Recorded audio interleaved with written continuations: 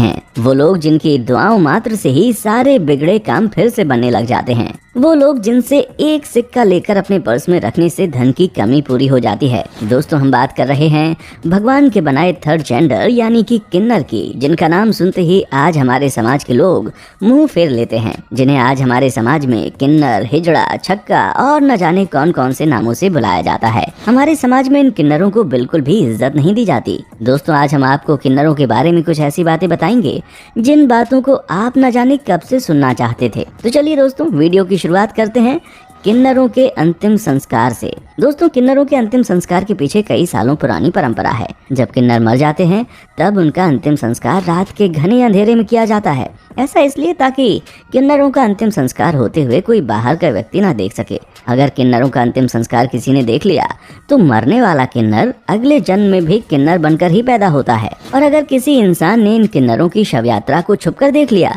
तो उस इंसान के लिए भी ऐसा करना अच्छा नहीं होता। इसलिए किन्नरों की मुक्ति के लिए रात में शव यात्रा की जाती है।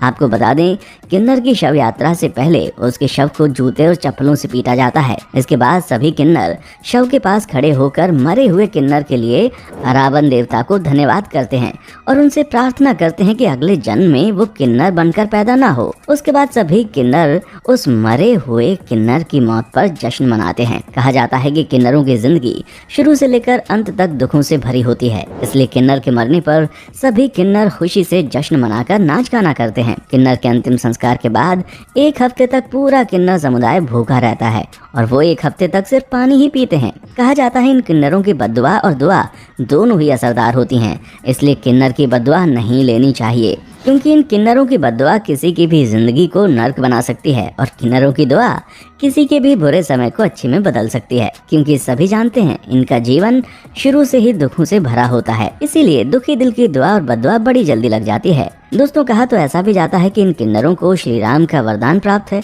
और किन्नरों से एक सिक्का लेकर पर्स में रखने से पैसों की कमी भी पूरी हो जाती है। महाभारत में भी जब अर्जुन संगीत और नृत्य की शिक्षा ले रहे थे तब उर्वशी नाम की एक अप्सरा उन पर मोहित हो गई थी, जिसके बाद उर्वशी अर्जुन के सामने प्रकट हो गई, लेकिन अर्जुन ने उन्हें देखकर माता का सम्मान दिया। इससे क्रोधित होकर अप्सरा उर्वशी ने अर्जुन को 1 साल तक किन्नर बनकर रहने का श्राप दिया था। आपको बता दें, किन्नर शादी भी करते हैं। आपको जानकर हैरानी होगी कि किन्नर किसी इंसान से नहीं बल्कि अपने अरावन देवता से शादी करते हैं और ये शादी किन्नरों की सिर्फ 1 दिन के लिए होती है, क्योंकि शादी के अगले ही दिन अरावन देवता की मौत हो जाती है और सारे किन्नर विधवा हो जाती हैं। दोस्तों, अब हम आपको सबसे ज्यादा पूछे जाने वाले सवाल के बारे में बताते हैं। अगर किसी के घर किन्नर बच्चा पैदा होता है तो उसकी पहचान कैसे की जाती है? दोस्तों, किन्नरों की पहचान 2 तरह से की जाती है। एक किन्नर पुरुष की तरह होता है और दूसरा किन्नर स्त्री की तरह होता है। किन्नरों की पहचान उनके गुप्तांगों को देखकर होती है। पुरुष किन्नर के बच्चे के लिंग का विकास पूरी तरह से नहीं हो पाता, ये आकार में बहुत छोटा ही रह जाता है और महिला किन्नर की योनि भी पूरी तरह से विकसित नहीं हो पाती। ऐसा कहा जाता है कि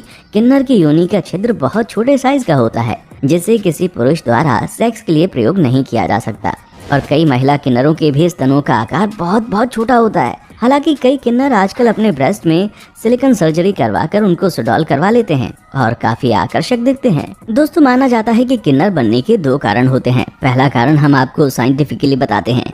रिसर्च की माने तो जब बच्चा गर्भ में होता है तो 3 महीनों के बाद बच्चे के अंग बनने लगते हैं, लेकिन इसी के बीच अगर वो महिला किसी बीमारी से गुजर रही होती है या फिर वो किसी दवाई का सेवन करती है तो महिला के अंदर हार्मोन्स डिस्टर्ब हो जाते हैं, जिसकी वजह से एक बच्चे के गुप्तांग पूरी तरह से विकसित नहीं हो पाते या वो अंग महिला और पुरुष का मिलावटी रूप बन जाता है। किन्नर बनने की दूसरी वजह, दोस्तों, आप जानते होंगे कि किन्नर कभी कोई बच्चा पैदा नहीं कर सकते, इसलिए गलत सोच रखने वाले कुछ किन्नर बच्चों को चुराकर उनके गुप्तांगों की सर्जरी करवाकर उनको नपुंसक बना देते हैं। ऐसे बच्चों को समाज में किन्नरों के हवाले कर दिया जाता है और किन्नर समाज हरदम ऐसे लड़कों और बच्चों की तलाश में रहता है जो लड़का देखने में सुंदर हो और जो खूब पैसा कमाना चाहता हो। किन्नर समाज समय आते ही ऐसे लड़कों को दबोच लेता है और उसके बाद ये किन्नर उसके लिंग को काट देते हैं, जिसके बाद वो लड़का कभी लड़का नहीं रहता। दोस्तों, किन्नरों को लेकर कुछ अपशगुन भी माने जाते हैं। बोला तो ये भी जाता है कि किसी बच्चे के जन्मदिन पर किन्नरों के नाचते हुए किसी किन्नर को चोट लग जाती है या उनकी ढोलकी फट जाती है तो ये इशारा होता है कि बच्चा किन्नर पैदा हुआ है,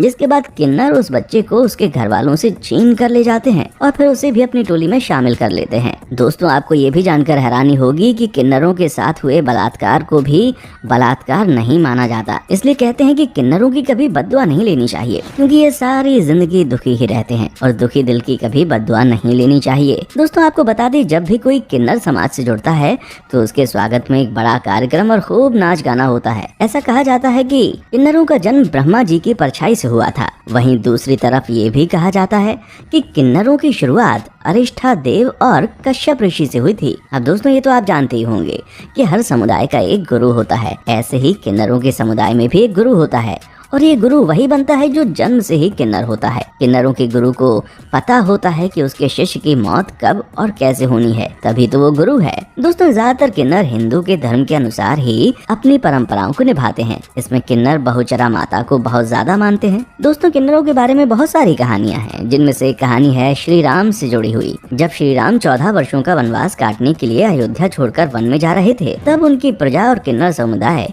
उनके पीछे पीछे चलने लगे थे। तब श्री राम ने सभी को अयोध्या वापस लौट जाने के लिए कहा। लेकिन जब श्री राम लंका पर विजय पाने के बाद वापस लौटे तो उन्होंने देखा कि किन्नर समुदाय 14 वर्षों से वही उनका इंतजार कर रहा है। उनकी भक्ति देखकर प्रभु श्री राम ने उनको वरदान देते हुए कहा था कि तुम्हारी जुबान हमेशा सत्य होगी और तुम जिसे भी अपने दुखी मन से बदुआ दोगे उसका कभी भला नहीं होगा, और तुम जिसको खुशी से दुआ दोगे उसका अच्छा ही होगा।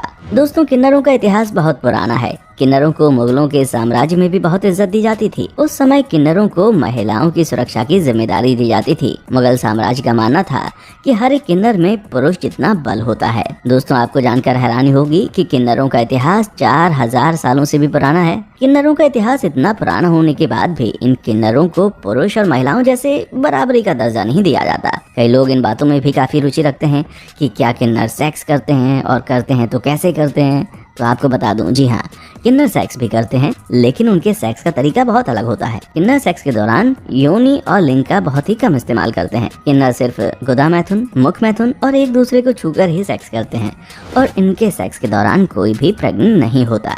अब दोस्तों ये तो आप जानते ही हैं कि किन्नर सिर्फ खुशियों में ही शामिल होते हैं, जैसे बच्चों के जन्म पर और किसी की शादी होने पर। किन्नर कभी भी किसी के दुख में शामिल नहीं होते, क्योंकि किन्नरों की पूरी जिंदगी दुखों से भरी होती है। इसलिए परंपरा के अनुसार किन्नर सिर्फ खुशियों में ही शामिल हो सकते हैं। दोस्तों आज किन्नरों की संख्या भारत में नहीं बल्कि पूरी दुनिया में बहुत तेजी से बढ़ रही है। आज पूरे भारत में 5 लाख से भी ज्यादा किन्नर हैं। दोस्तों एक और रोचक बात तो ये है कि किन्नरों को सपने में देखना बहुत बुरा माना जाता है। किन्नरों को सपने में देखने का सीधा मतलब ये होता है कि उस व्यक्ति का आने वाला जीवन संतोषजनक नहीं होगा।